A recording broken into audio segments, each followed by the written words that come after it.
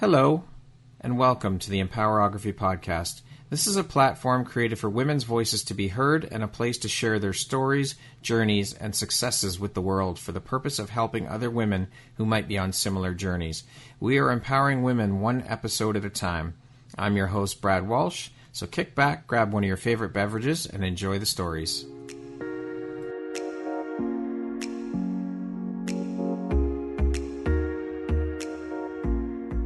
If you're looking for jewelry that makes an impact on your self-care routine and your style, Empowerography would love to offer you a discount code to one of our exclusive partners, Quartz and Canary Jewelry and Wellness Company.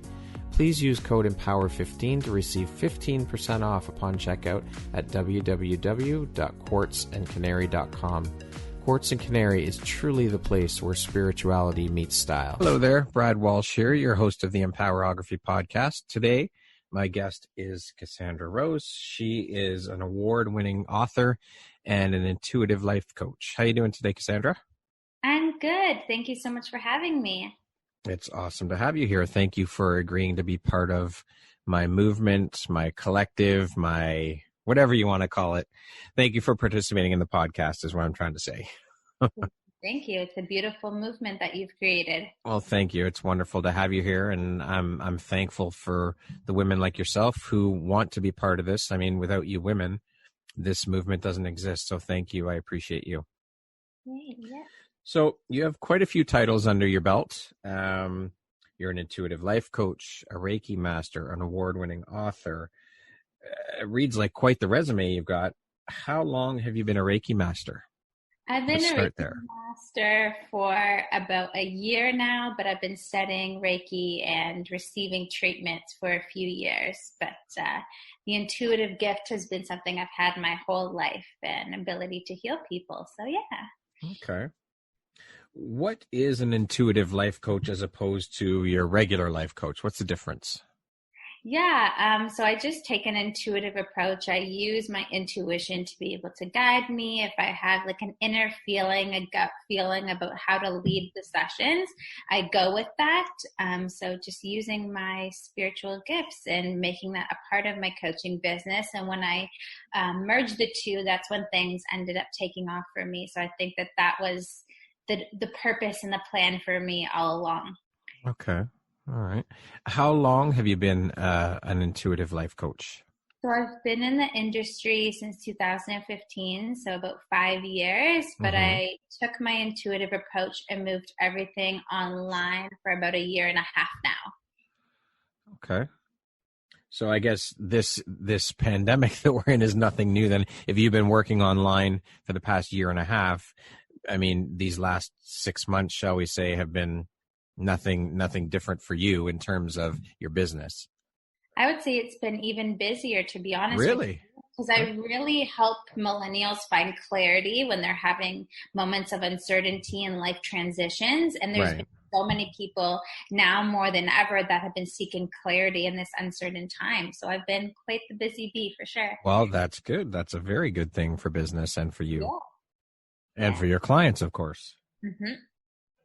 What do you enjoy most about being a life coach? Yeah, I think I get to share my life experiences and what's given me the ability to transform my life and help other people have that same transformation. And I absolutely love the light bulb moments where there's like a moment where it almost clicks and I start to see my client shift from where they started, where I first met them, to now making their dreams, their goals into a reality. So that's by far my most favorite part.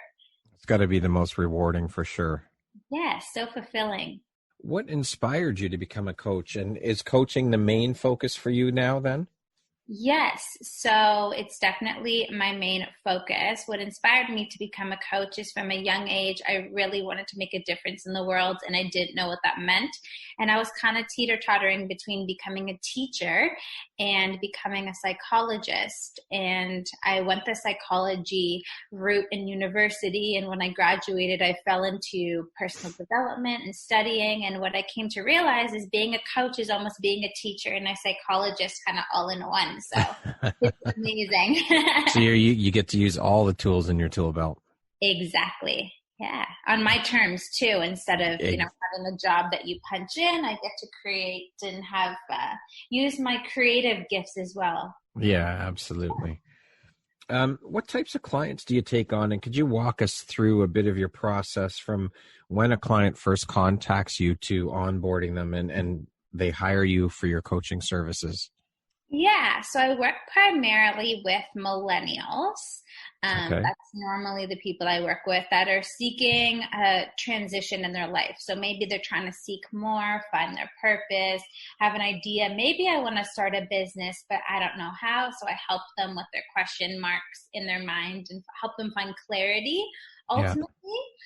So I can come across people on social media, as well as I have a productivity guide, and they'll connect with me on Facebook, and I have a Facebook group. And then I have like a lot of trainings and live videos, and I connect with them in my Facebook group. And it's been beautiful to build such a tight-knit community there. And authentically just connecting with them and the messages and helping them walk through what they're working through, and then get them into my programs and see where they're the best fit for all the services that I provide. Right. Now, why did you decide to focus or take the focus of your business and focus on millennials as opposed to any others? Yeah, I can relate to them most. Okay.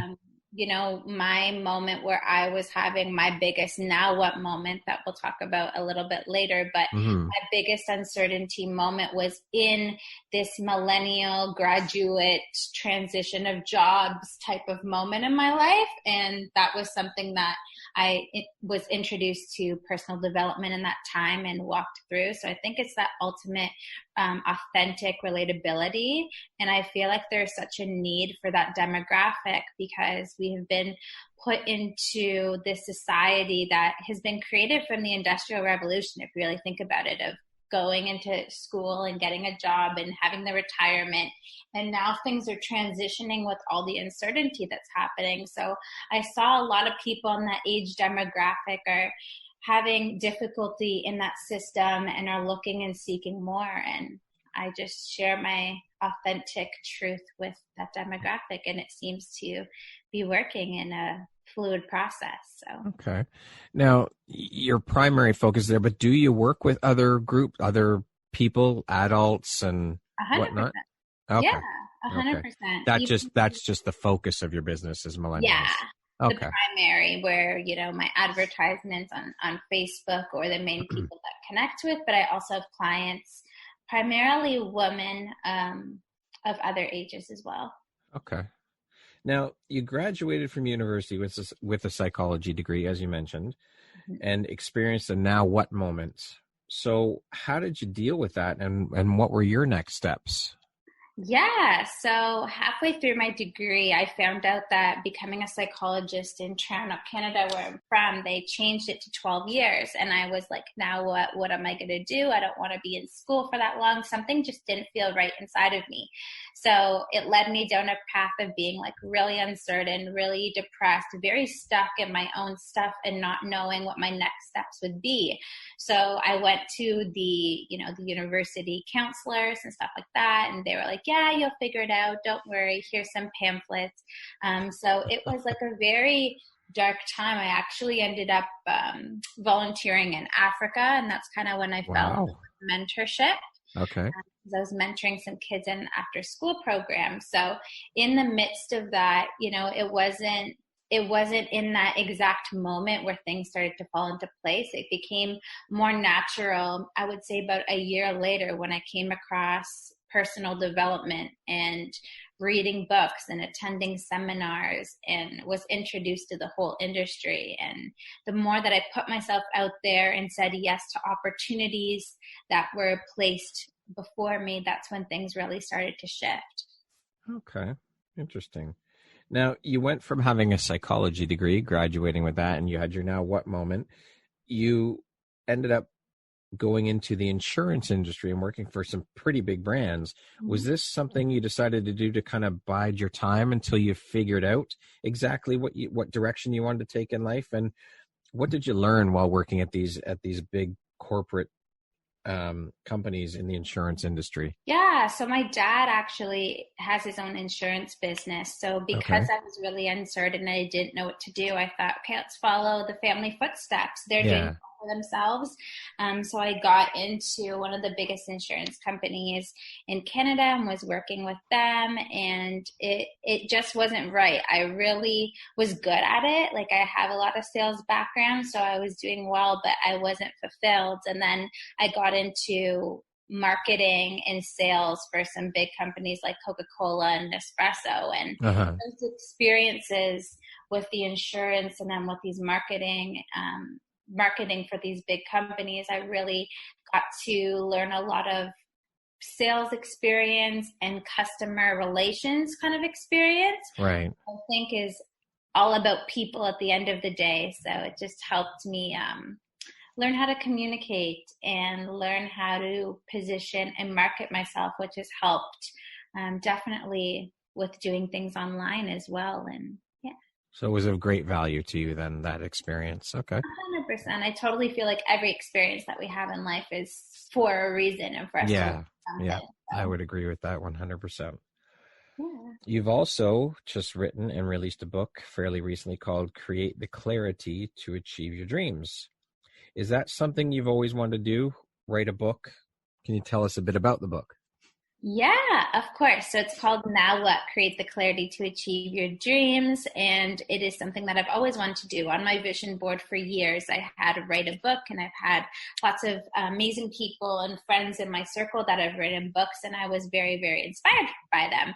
My dad, actually, he wrote a book about how to succeed in university years and years and years ago.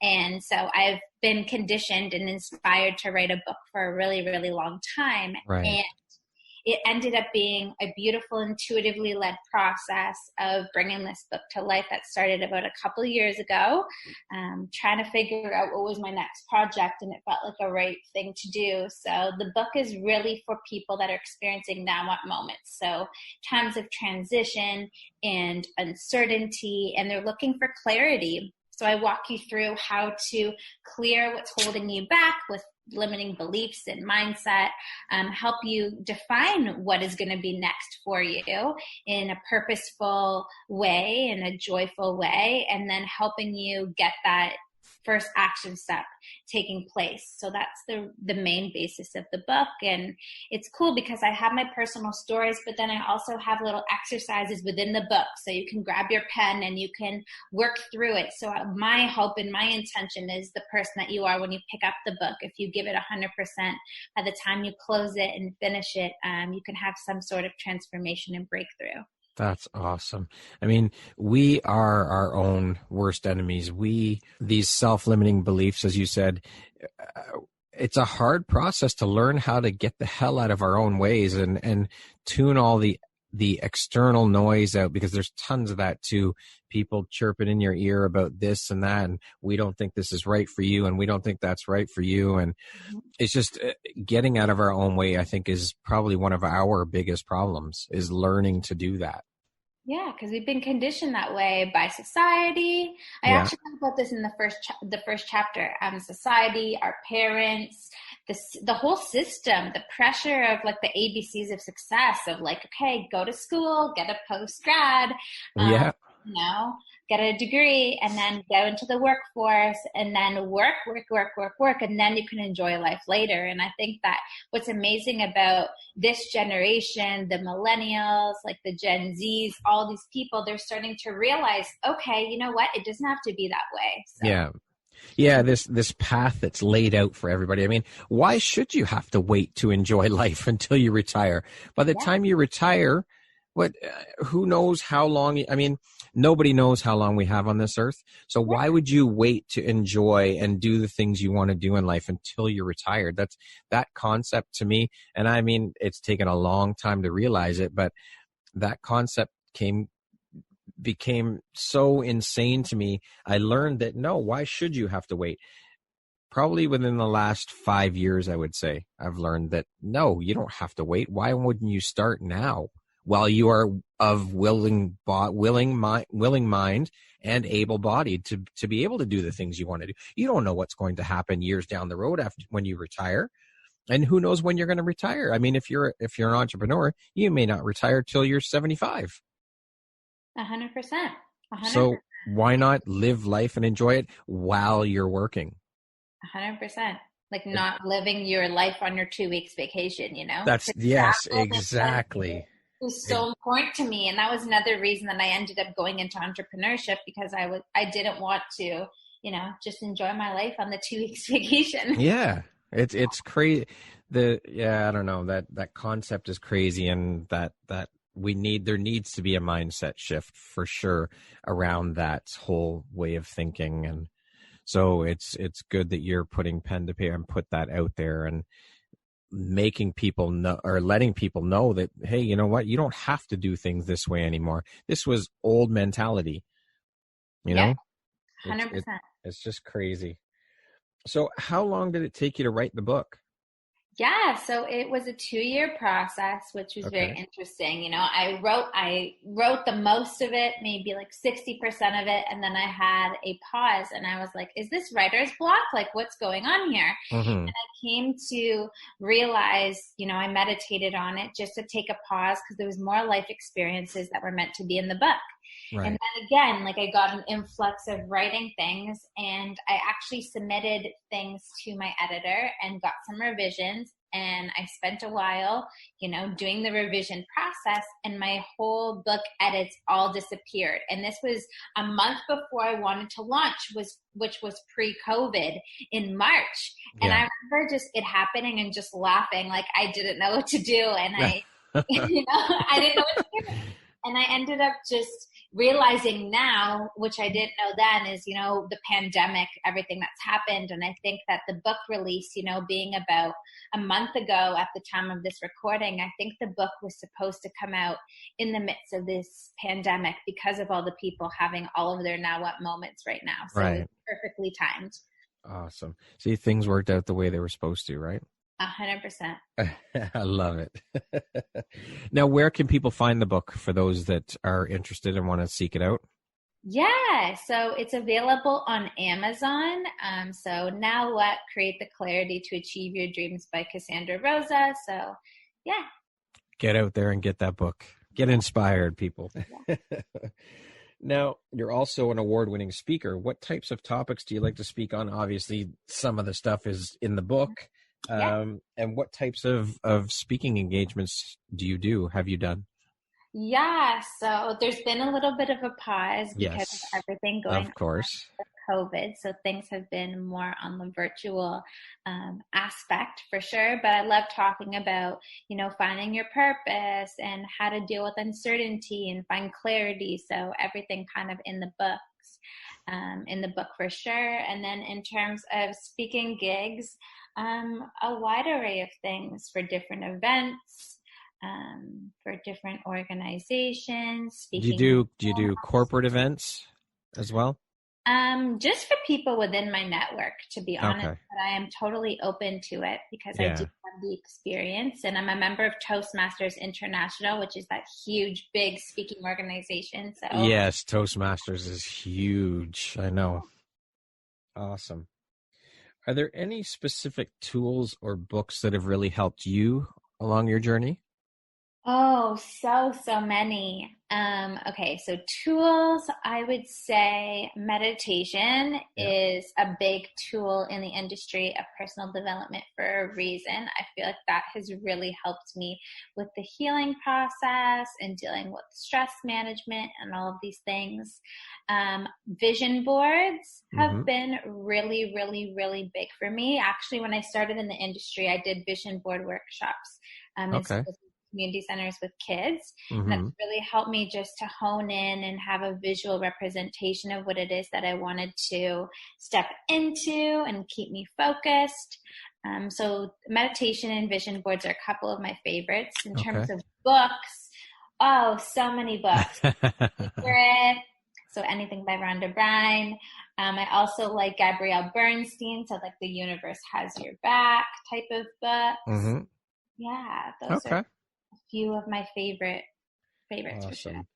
Can you share a situation that's occurred in your life that you feel provides insight as to your character, who you are, who Cassandra is? A situation in my life that provides an insight to my character. I think a situation in my life that really stands out, the first one that came to mind was volunteering in Africa. Mm-hmm. I think that really shows my adventurous side because, we did the whole touristy thing and wanting to explore. I have that adventurer inside of me that absolutely shines through. And I think it's the whole volunteer aspect, my willingness to help, my willingness to be able to help and make a difference in somebody's life. And then I guess my courageousness for sure, because when you go to like a third world country or a place across the world, everybody has an opinion of, be careful. Yeah. All these things. But I think that really shows that I will take the necessary actions and act in spite of the fears and other people's opinion if it gives me the ability to live my dreams, be adventurous, and make some sort of impact. I love it. That's awesome. Good for you for doing that. I think it's incredible. Very admirable, 100%. Thank you. What would you say is one of the best pieces of advice you've ever received? To have big dreams, for sure. As cliche as it may seem, my dad is like the biggest dreamer ever. He's definitely inspired me with setting big goals and big dreams. So I think it all comes down from that infancy process of like not being afraid to do things that, people won't, the average person wouldn't do. Like writing a book or volunteering abroad or just taking all of the opportunities that life can give. So I really think it comes down to the beginning of you allowing yourself to set a big goal for yourself. Yeah. It sounds like your dad has been instrumental and incredibly supportive in everything you're doing and an amazing role model. So as an entrepreneur, I think that support systems are absolutely key. That's one of the most important things in being an entrepreneur is that you have a support system in place. And it sounds like you've got an amazing one in your father for sure. Yeah, the 5 people that you spend the most time with definitely shape you into the person that you are. So I couldn't agree more. Yeah, for sure. What makes you feel inspired or like your best self? What makes me feel inspired and like my best self? Just being of service to people in any way. And that doesn't necessarily mean to be my career. If it's doing volunteering, if it's, smiling at somebody. It's hard now with the masks, but being kind and being of service in any way possible really inspires me because I feel like if I do that for other people, then they can also be change makers and it can be a domino effect. That's right. A smile can change someone's day completely because you don't know what anyone's going through. You don't know what somebody's struggles are that you pass on the street. So a smile could be day change. It completely change their mood and what they're going to do. And yeah, it's very powerful for sure. Yeah. How do you define success? What does that word mean to you? That's such a big question and can be interpreted in so many different ways. But I really think it comes down to, for me, it's having a fulfilling and purposeful life. Every day that I'm able to help someone, whether it's in my business or do something like this, it's very fulfilling. It's me stepping into the divine gifts that I was blessed with. And I feel like the more that I'm able to live my purpose and have this fulfilling life, that is true success to me. I don't think it is about the dollar amount in the bank account. I think that will just come naturally as a result, but it's really living that purpose and that impact in others. I couldn't agree more. It's an incredible feeling to be able to wake up every day and do something you love doing and making a difference in people's lives. There's no other feeling on earth like it, knowing that you've made a difference in someone else's life by doing something that you love to do. Yeah. What would you say is one of your favorite quotes? There's a Walt Disney quote that stands out, which is, your dreams can come true if you have the courage to pursue them. Yeah.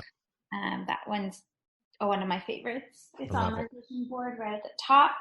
I think that if people just have the courage to act in spite of their fears and keep going and be determined with whatever that they set their intentions to be, that's when you can have your dream life, as cliche as it might sound. I think that also goes back to being able to get out of our own way, as we mentioned earlier, and tuning out the external noise. That's those two are huge parts of that too, right? Mm-hmm. Yes. If you could hold on to one memory in your life forever, what memory would that be? Well, this is an awesome question. I think ever since my grandmother, she actually has dementia. Mm-hmm. And it's been really hard for my family. I think it really reminds us how precious life is. Yeah. And just the simple moments of like hugging family, mm-hmm. and just being with the people that you love. I think that that's something that we take for granted. So definitely any time with the people I love, for sure. Yeah, I know exactly what you mean. My grandmother suffered from dementia as well. So I know that, I think for me anyways, is one of the toughest things. Is she was living with my parents, and before she went into a home, and coming over and talking to her and having her not remember who I am was just, to me, and I know that's not her fault and it's just the way things go, but that was almost soul crushing for me. Like that just hurt me to the core. And again, I know it wasn't her fault, and it's just the nature of this disease, but it's a horrible feeling when someone you grew up with, someone who helped raise you, mm-hmm. all these years later doesn't even remember who you are. It's a very, very tough thing to deal with. So yes, those little moments of clarity, when they do come, you got to hold on to those for sure. Yeah, cherishing every moment, especially with the people you love. Yeah, 100%. I would agree with you. What does the word empowerment mean to you? What does the word empowerment mean to me?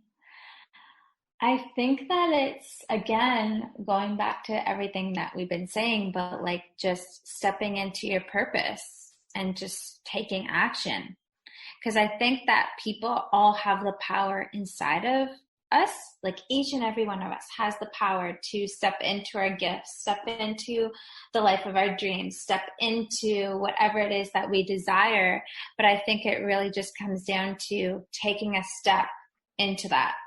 And it doesn't have to be a big step. It doesn't have to be writing a book. It could be sharing a post online that we feel inside of us is needed right now. So I think it's just stepping into that purpose and the action part of it, for sure. Yeah, I would agree. How would you convince someone to do something they didn't want to do? How would I convince someone to do something that they didn't want to do? I think that is something that isn't my responsibility, because if I see something for someone, but they don't see it for themselves, I can try and do all the convincing I want, but I don't want to interact with people's path. Right. Maybe it's not their path. Maybe it's not their perception to do what I think is right for them. Because I feel like everything's a matter of perception. You know, if we're both looking at my book, right? Yeah. I'm looking at we're both looking at the book, and I see the cover and you're on the other side and you see the back. We're both seeing something from a different perspective. Yeah. So Yeah. I think it's up to me to let people live their own divine path, even if it's not what I see for them. I love that answer. That's great. Mm-hmm. How would you describe yourself in one word? Very kind. That's the first word that came to mind. Very kind-hearted. I'm someone that always goes above and beyond to be of service to other people. Mm-hmm. And I think that being kind is really, really important. Yeah. Okay. What makes you smile? What makes me smile? In a completely different direction, puppies make me smile. I think puppies make everybody smile. Yeah. Like if you ever have like a day, even a moment that things aren't going your way, I think it's hilarious when, you can. Puppies are puppies. Yeah. A puppy and like little kids, and it always brings a smile to your face. So, on the light note, yeah. Puppies. Yes. Awesome. I like that, Ed. Puppies are amazing. I love them. I have 2 dogs myself. So, yeah, puppies are awesome. What would be the perfect birthday gift for you?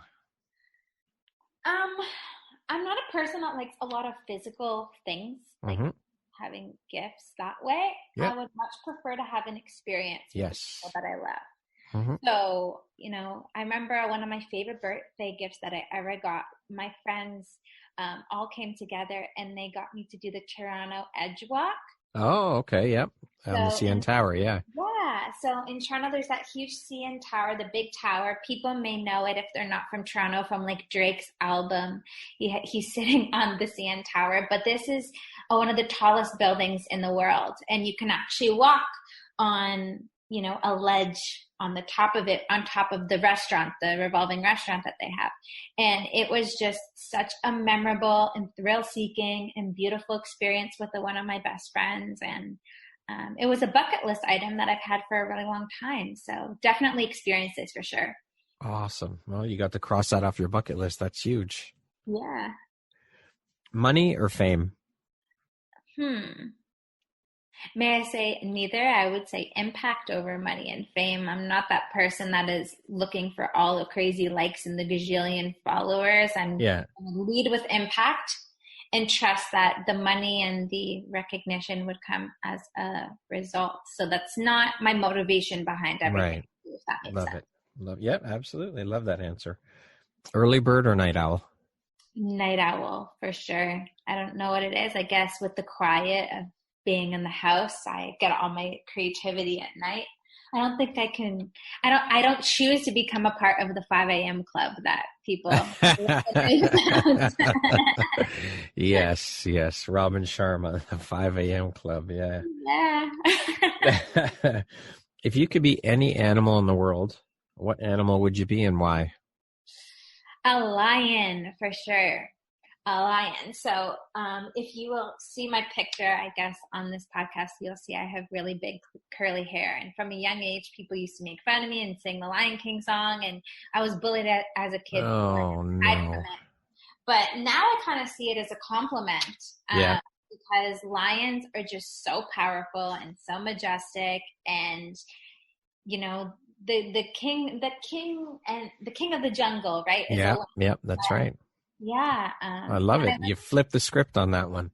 100%. And when I saw them in Namibia, when I was in Africa in person, what I learned about lions is that they're very intentional. Even when they're hunting, they only hunt when they think that they can get the prey. And they're very intentional with their actions. So I think they're courageous and intentional and beautiful and powerful and majestic. So they certainly are a beautiful animal, that's for sure. Yes. How would you like to be remembered?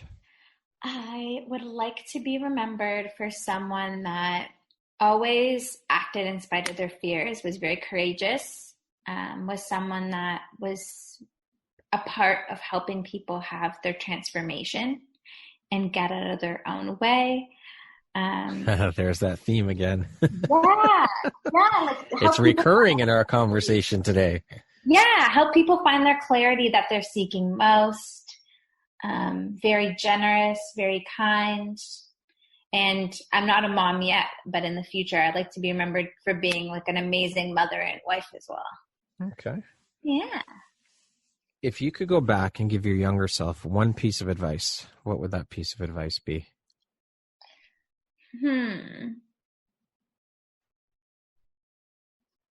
Just more empowerment, which I think goes full circle what all of this is about. Just empowering myself to act in spite of the fears, to, take action, take action about something that I was dreaming about. It all happened in divine timing in my life, the way that it was supposed to, but, teaching empowerment at a young age. Yeah.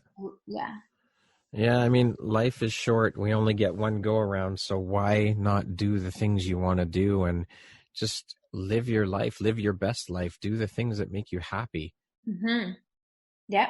It's a pretty simple concept when you think about it, but it's so hard to put into practice for some people. Yeah. It's crazy. Lastly, if you were to deliver your last 30 seconds speech to the world, what do you think that last 30 seconds would sound like, Cassandra? Wow. I would say that I know right now with everything that's going on in the world, especially at this time with COVID, that we're all experiencing uncertainty. First and foremost, I want you to know that you're not alone. There's so many of us that are dealing with the shifts and the uncertainties in the life right now. But I want to remind you that you have the power to find the clarity that you're seeking and make those one-day dreams into a reality. Just take the time to work through the emotions of it all and clear that all out. Really step into creating a dream of what's next. Something that you've been procrastinating about for a long time. Really step into that and then just choose one step that you can take to bring that into reality. You have the power to create the clarity that you're seeking most. I love it. That's beautiful. Thank Cassandra, thank you so much for taking the time to be here today and share with me a bit of your story and your journey and all of your insights and your wins. You are an inspiration, truly, and I just appreciate you. I really, truly do appreciate you being here and being part of this community that I'm growing and being part of the podcast and agreeing to do this with me. Thank you so much. It was an honor to be here, and I look forward to connecting with the listeners. If you would like to connect with me, you can connect with me on Instagram, and I'm here to help you if you need some help seeking the clarity. Awesome. Thank you, Cassandra. Once again, my name is Brad Walsh, host of the Empowerography Podcast. Today, my guest has been Cassandra Rosa. She is an award-winning author and an intuitive life coach based here in Toronto. Thanks, Cassandra. I hope you have an amazing rest of the day today. Thank you so much. Thank you for listening.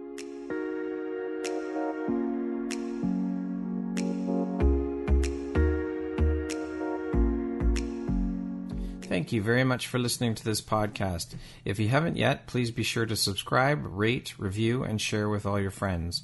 You can find me at viseuphoria.ca and follow me on Instagram at Empowerography Podcast and on Facebook at Empowerography. Please join me next time for another inspirational story from yet another amazing woman.